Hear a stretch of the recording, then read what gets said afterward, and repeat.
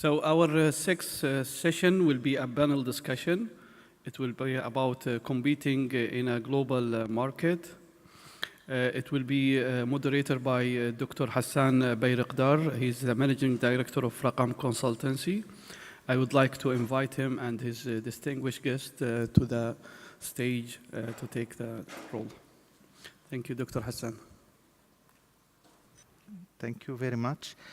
I don't know if I stay, just wait 2-3 minutes until other audience coming, because I see like half of them maybe outside.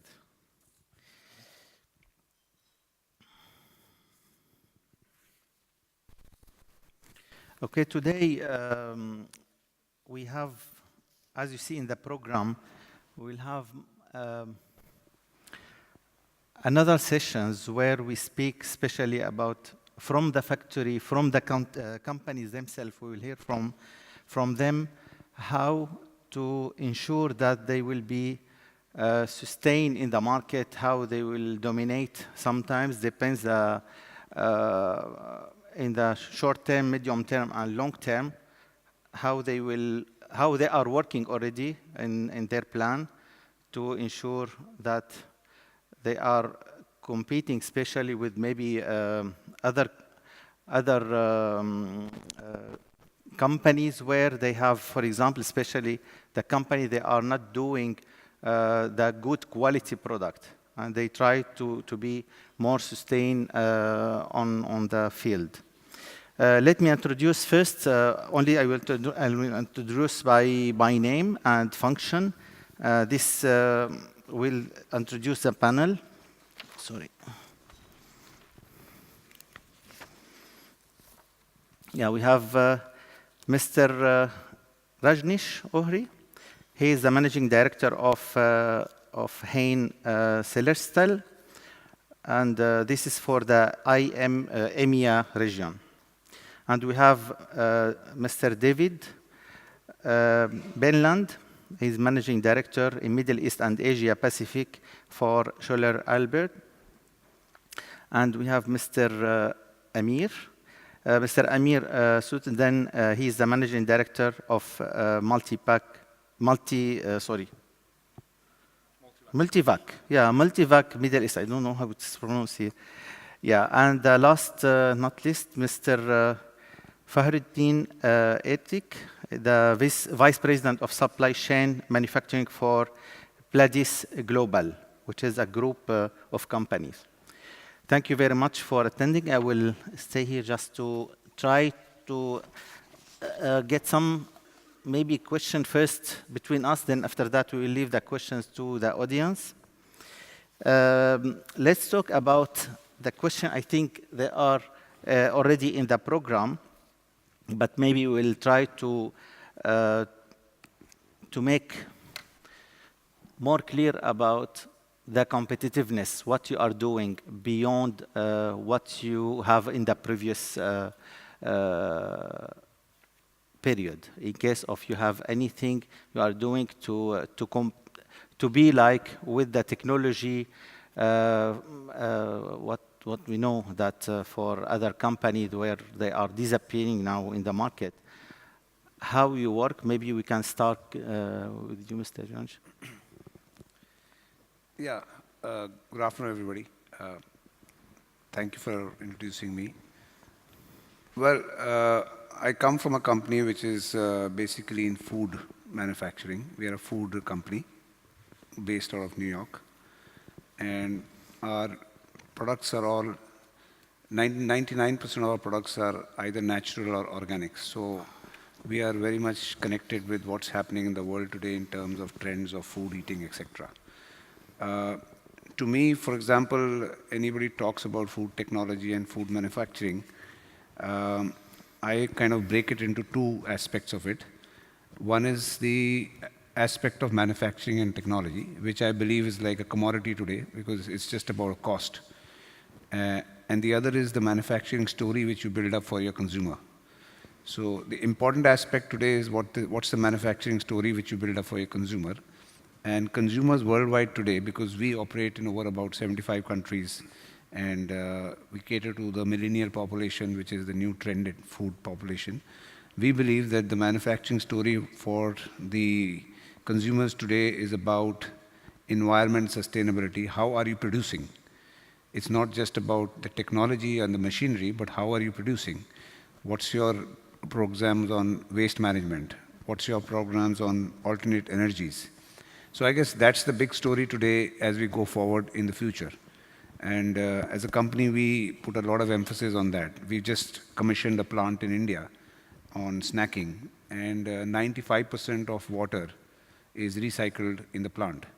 The entire plant is energy efficient, and all utilities are, all common lightings are all on solar. So that's the kind of story which we think is today from a consumer point of view on food manufacturing.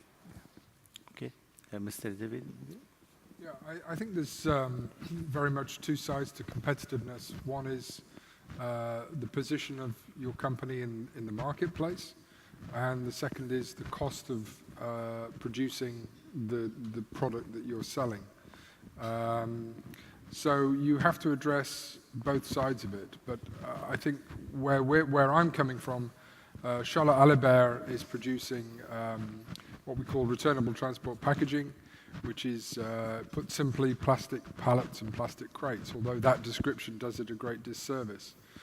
And the contribution that we are trying to make to improve the competitiveness of companies that we work with is to improve efficiency, so handling efficiency. So just a couple of very small examples. We're just in the process of doing a very large project here in Dubai with a company which I can't name at the moment, but it works in the apparel business, and they're just about to complete the first fully automated distribution center in the Middle East.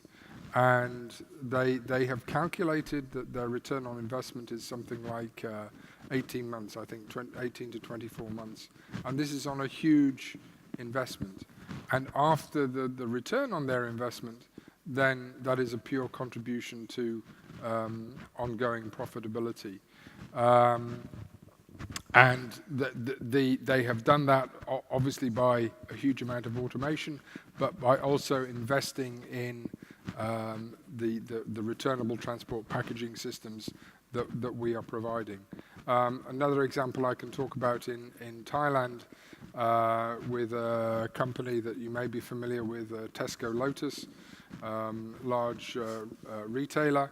And they are also looking at improved efficiency by reducing the amount of handling for two key product lines that represent the largest individual handling that they deal with, which is water and rice. So the interesting thing in that particular case is that as we did the analysis with Tesco Lotus as to how they could change their processes and improve their handling, we found that in each particular area, nobody really wanted to make a change. Oh, we can't do that because of this. No, that's not going to work because of that. And it brings to mind, I don't know if any of you have heard of somebody called Peter Drucker. He is a very famous management guru. They call him the management guru's guru. And he had a lot of good quotations, but one particular one that comes to mind in this case is, if you want something new, you have to change something old. And okay, that's a line and it's oversimplistic, but nevertheless, it's absolutely true that we have to be prepared to go out of our comfort zone, to consider new ways of doing things if we are going to progress and if we are going to improve efficiencies to our operations. And if we don't, then we run the risk in time of actually going out of business. Thank you very much, Mr. Amir.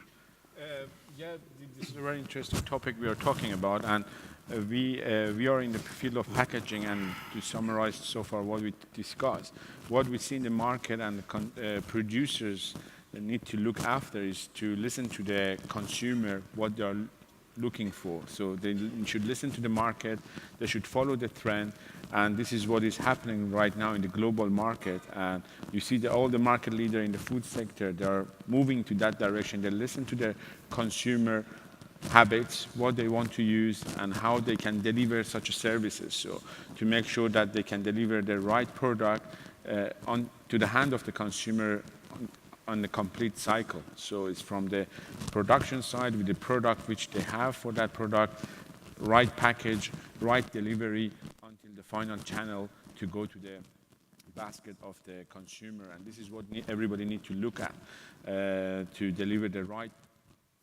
portion size, to deliver the right package concept, considering reduction of the waste, and considering these days what we are hearing in Europe market, and also what also we are seeing in the Middle East market. Everybody looking after is also reduce the packaging material, plastic consumption in the retail market, in the final goods, and increase the recyclability of the product. So these are the trends is happening, and especially local Middle East food producers, they need to look at these trends happening in the global market, and based on that, they can deliver the right package, right product to the market. And beside that, with that, even they can grab the opportunity to export more of their products to neighbor countries and potential target markets. Thank you very much. Mr. Fahrettin? Actually, I am coming from Pladis, which consists of 3 global brands, Godiva, McVitie's, and Ülker. We are working for B2C business. We are dealing with consumer. So, related with the competition, we can discuss about rise of globalization. Rise of globalization creates different opportunities globally in supply chain perspective, that we can find ways to reduce the cost by lower labor, or we can find some places with lower tax, or we can be close to the raw material. But on the other hand, it also creates great risk to lose control in the supply chain, that we are talking about the trade wars, for example, or we are talking about lots of regulation changes in means of taxes, but also in means of the food regulations. So another thing that we should be operational excellent to manage the value chain in a global environment, that wrong forecast of demand can sometimes lead big problems in means of shortages of the inventories, or in means of lose control in the supply chain, high lead times, for example. So the second one is there is a big challenge in the consumer habits. The consumption habits are dramatically changing when we think about the generations. So it's a big challenge for FMCG sectors to innovate at the end product. So companies like us have to find way to innovate in a fast manner. So we are trying to reduce our cycle of innovation to a shorter time. The other issue is related with the data. You know that the technology increases and you can collect data related with the consumer or supply or whatever you want, but the main topic is what you do with this data. If you can mine this data in a good way, then you can find some ways to innovate the market to have the right disruption of innovation. So your innovation side should be disruptive. It must contain some blue ocean strategy rather than red ocean strategy competing with the others in a harsh way. So Okay. it's related with the competition. Thank you very much. I believe one of the things that which is very important that to be flexible also in the factory, especially when there is a new line set up, etc. We have to take care about what's happening in regulations in case of, let's say, we are producing a milk powder or any kind of powder, and the regulation want to reduce the moisture to a certain level, which cannot be affordable in your current line or the line that you are imagining to have it. Then I think we have to be, in general, to be proactive, to know exactly what's happening around the country where we sell our products in general, and to see regulation. I believe, since I'm background from regulation and regulatory affairs, it's a key to success, to be sustainable in the market, to remain. As we know, it's very difficult in case of you have like produced product and in the border the product is stopped because there is something happening, new regulation, new ban, for example, a product, etc. We have to be aware about what's happening it's not only the technical part, which is very important. I think this is like joint effort by everybody. Yeah, you see, in the global regulatory situation today, there is no harmonization actually.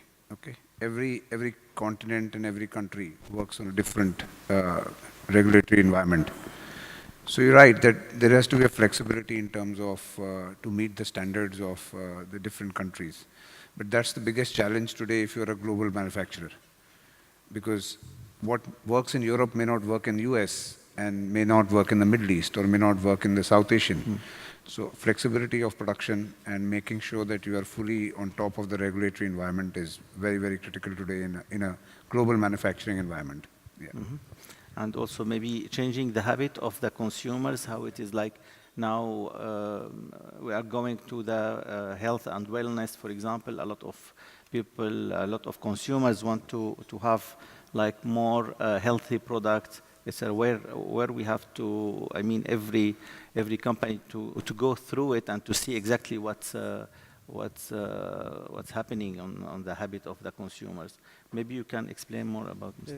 Actually, related to the habits of the consumers, we can say that the expectations is much more higher than we compare to the past. So in the future, we will definitely need mass customization. And it's not so easy to do that in mass. So we are trying to develop flexible systems. It means of flexibility in the variety of the products, number of SKUs, but also related with the regulations, with the capability of the products as well. So in some countries, a new regulation can come so that you should change your recipe accordingly. So it's related with the process. Process innovation in that sense is very important. And sometimes there are another way of doing something. So process innovation is not just improving our current standards in the same lines, but making the production in other way. We are talking about high shear mixers or ultrasonic devices or lots of different opportunities in the sector to innovate. So there are different ways. So fast innovation, it means of the variety of the product, but also increasing your capabilities in the production area to give some answer to the regulations. I think to top what Mr. Fahrettin said also, as the customer habit or consumer habits are changing, they're going more to the smaller portion packages to also reduce the waste. The families are getting smaller. The way of lifestyle of the new generation and is changing, and everybody activities in the societies. So they're really looking for have some convenience food, convenience products with a convenience package with the right target group. And this is what also every consumer, every market in the global market looking after. So this is really what we need to looking to each market. Plus, on top of this, but also we are talking to so many food producers, we need to, with the right product, with the right package, even we can reduce the additives and give more natural products with even same shelf life. So if you have the right product with the right package, still you can maintain the same shelf life and reduce the additive level. This is happening in the US market, in European market, and same is following and happening in Middle East, that when you talk to a lot of Middle East producers, this is what they are looking after. So how they can follow the global standards, deliver what customers want, means more natural products, still for sure sellable and deliverable to the target markets in the wide range. And I think this is what we are seeing as a trend also happening in our area in Middle East. Okay, thank you. Then just tell me concerning the new trend also by the consumer, ordering by phone, the product, etc. Do you think that you can do something about try to work on the same direction? Otherwise, I think it's very difficult to continue business in general. Actually, there is a very big disruption in every area. For example, in the distribution, or in the way how you communicate to your consumer. Social media is a must right now. So it depends how you reach your customer, and it depends how your consumer wants your products. For example, there is a tendency that you cannot put everything into your product, because when you are making it, you increase the product, increase the price as well. So on the other hand, the consumer wants what he wants only, not a superior one. So there is a balance between the attributes of the product, but also the price of the product. So in this sense, you should find a balance to do that. And you should find a new disruptive way of communicating it, because just reading is not enough right now. But really, this is Dr. Hassan, this e-commerce, what you mentioned to us. Really, this is what is also happening in the Middle East region. Again, we talk about our area. You already have a good examples in Dubai itself, or good hypermarkets in Dubai, that this is how this direction they are going to. They want to reduce the shopping time of the consumers and deliver what they want in a more efficient way. So deliver what customers want. And for that, the producers, they need to deliver the right package, which suits to the e-commerce concept, means it's having the right delivery concept, deliver all the standard regulation which market needs, and is deliverable and servable to the consumer in the e-commerce channel, because it's a completely different channel. And this channel, for sure, is an efficient channel also for future, because the ground space can use for other stuff, and these basic deliveries can be delivered from the central locations to the consumer basket. And this is, again, a very important topic coming in future. For example, the attributes of the consumer who gives e-commerce orders for confectionery is totally different than a consumer in the retailer. For example, in the retailer, they just see the product and want to taste it, and they buy. So the portions are smaller. But generally in the e-commerce, they are stocking, making some inventory in their homes to use further. So everything changed related with the packaging, related with the product. The need is changing as well. Okay, maybe any remark concerning e-commerce, how you deal with? Well, e-commerce is, where I come from, e-commerce is the biggest boom there.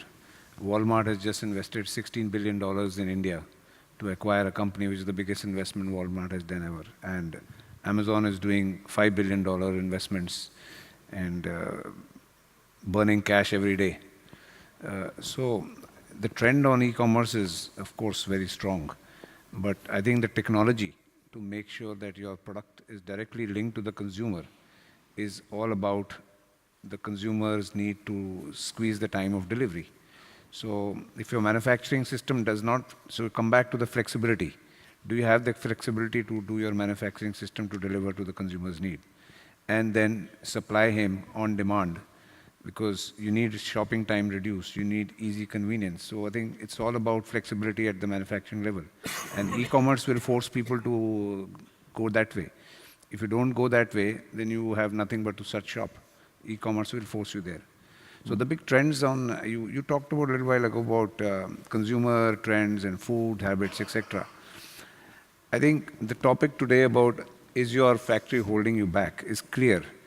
If you don't follow those trends, if your factory is not supporting those trends, then it's definitely holding you back, because all the global customers today, and the customer, when I say it's about retail chains, etc., when we go to talk to the retail chain, the first question they ask you is that, are you a manufacturer with a conscience?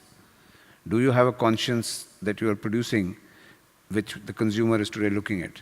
So therefore, there are ethics of audits, of child labor, ethics of women empowerment, ethics of environmental audits, etc. So I think from a manufacturing side today, the new age which is coming now is going to be very, very different than what they have been used to in the last few decades. Mm-hmm. Yeah. Okay. One of the subject I believe that also to be taken in consideration is that to control the quality of the product, what we are producing, especially now, as we know in the media, easy to, by WhatsApp, a picture of the product, a consumer complaint, etc. This, I believe that that encourage more and more to have this quality system in the factory, and also from the fork from the farm to fork, where the product itself, when it's originated from, let's say, fruit and vegetables or from animals, how to check the farm itself to ensure that your supplier who's giving the product, the raw materials, are like approved supplier, something that is not just take it in by certificate of analysis or any paper from the supplier. What is better that to ensure that this supplier is a approved supplier, and that you will not face issues in the future. Even you are controlling your factory, there is no issue with your factory. It's a hygiene, everything is the HACCP system, GMP system. Traceability. That traceability should be, of course, one of the top system in the factory as well, in the whole supply chain. See, in this age of social media, consumer reactions are instant.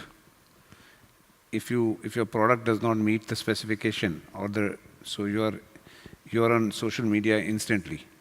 You could be on Twitter and thousands of customers will just know what it is. So product quality and manufacturing standards today are very, very severe, because you are under scrutiny all the time. You just can't get a product out of the factory and think that people will accept it. It just doesn't work anymore in a global environment. Mm-hmm. Yeah. Okay. So quality management is a big job today. Yeah. Thank you very much. Maybe we have maybe one or two questions, Abdul Majid, we can make. Do we have still time? Yeah, one questions, please, if you have any question to our panelists.